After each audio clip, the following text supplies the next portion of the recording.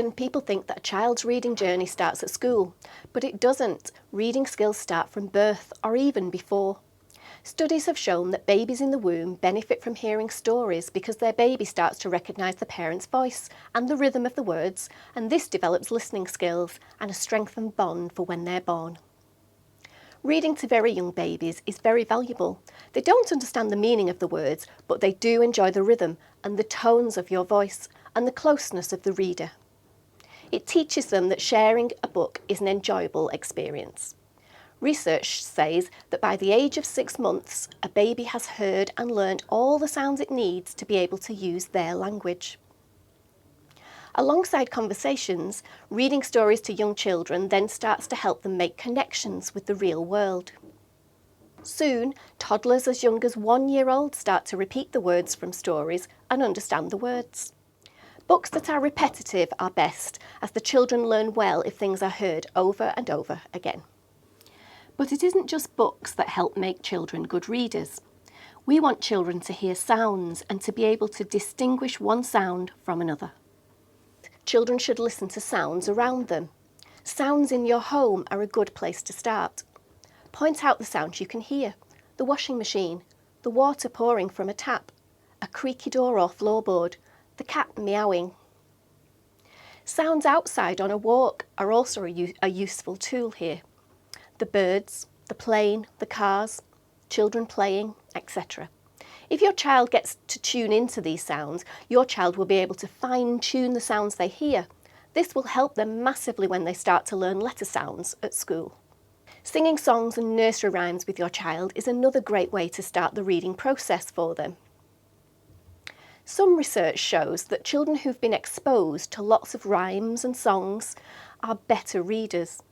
Being exposed to the vocab in rhymes, poems and songs helps children to know about the words because they're hearing lots of them, so that when they come to read, they have a wider understanding of words than those children who have not had that exposure.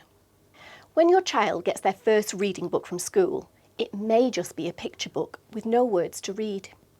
This is because school wouldn't give your child a book if they're not yet able to read the sounds or the words.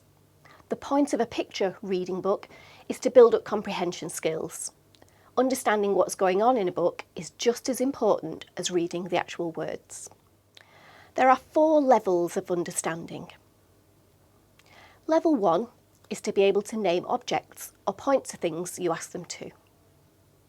Level 2 is to be able to answer who, what and where questions about the story. Level 3 is to be able to sequence the story, so to know what happened first, next and at the end of the story, and to be able to retell it in their own words. And level 4 is to be able to predict what might happen, to be able to answer the why questions and justify their answers, and also know how a character in a book might be feeling and why they might be feeling like that. So when you're looking at a book with no words, you should tell the story a couple of times and then go back and ask questions about it. It's helpful to ask your children questions at the level you know they can do, so they feel confident, and then model questions from a higher level. At school, we use the method called Think Out Loud. It involves us saying something like, "Oh, I wonder why that cat is sad. Oh, I think it's because the dog has been chasing him. I bet he was scared." This way, the child can hear you answering the questions that they're not ready to do yet, but they won't feel uncomfortable. We don't want to put them off reading by making them feel that they can't do it. When your child is ready to read letter sounds and blend them together to read words, then school will send home a book with words. At first, this is really hard work for children. It takes a lot of concentration and can be exhausting for them. So don't ask them to do too much at once. Gauge what's enough for your child. They're all different.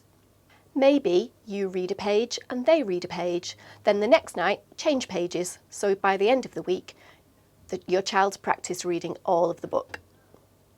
Or just read 3 pages of the book each night. The main thing is that you take time for the reading of the book with them every night. It's very obvious at school when children read at home each night. They move ahead with their reading so much more quickly. If your child doesn't like their reading book or forgets to bring it home, get them to read a book from home. Getting into a routine of reading their book every night and never missing is the most super important thing. Children like routine, and although they might want to persuade you to miss a night here and there, remember that you're the parent, and this is a vital part of parenting. And it really only does take 5 to 10 minutes.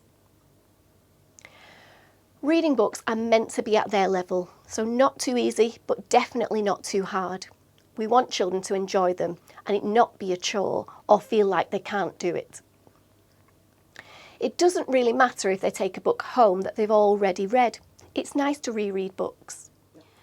Our phonics scheme is called Read Write Ink. Teachers will send home video links so that you can help your child practice the sounds and help them to blend the sounds into words. Children need to hear it being modelled by an adult, and then they need to repeat it. The more they do this, the quicker it clicks. As your child's reading gets better and more independent, make sure the reading every night continues. They still need to practice right up to the end of Year 6.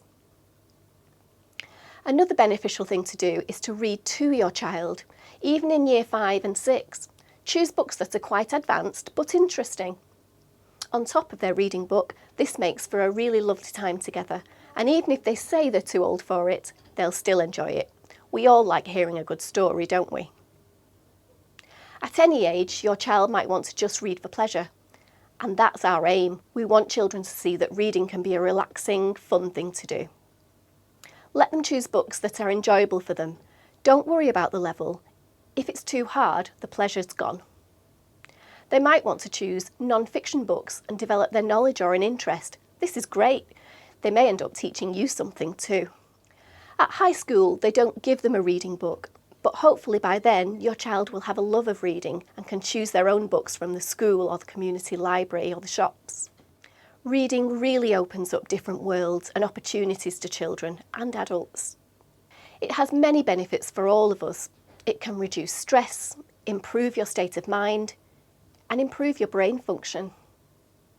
Reading is key to almost everything, so make this a priority for your child.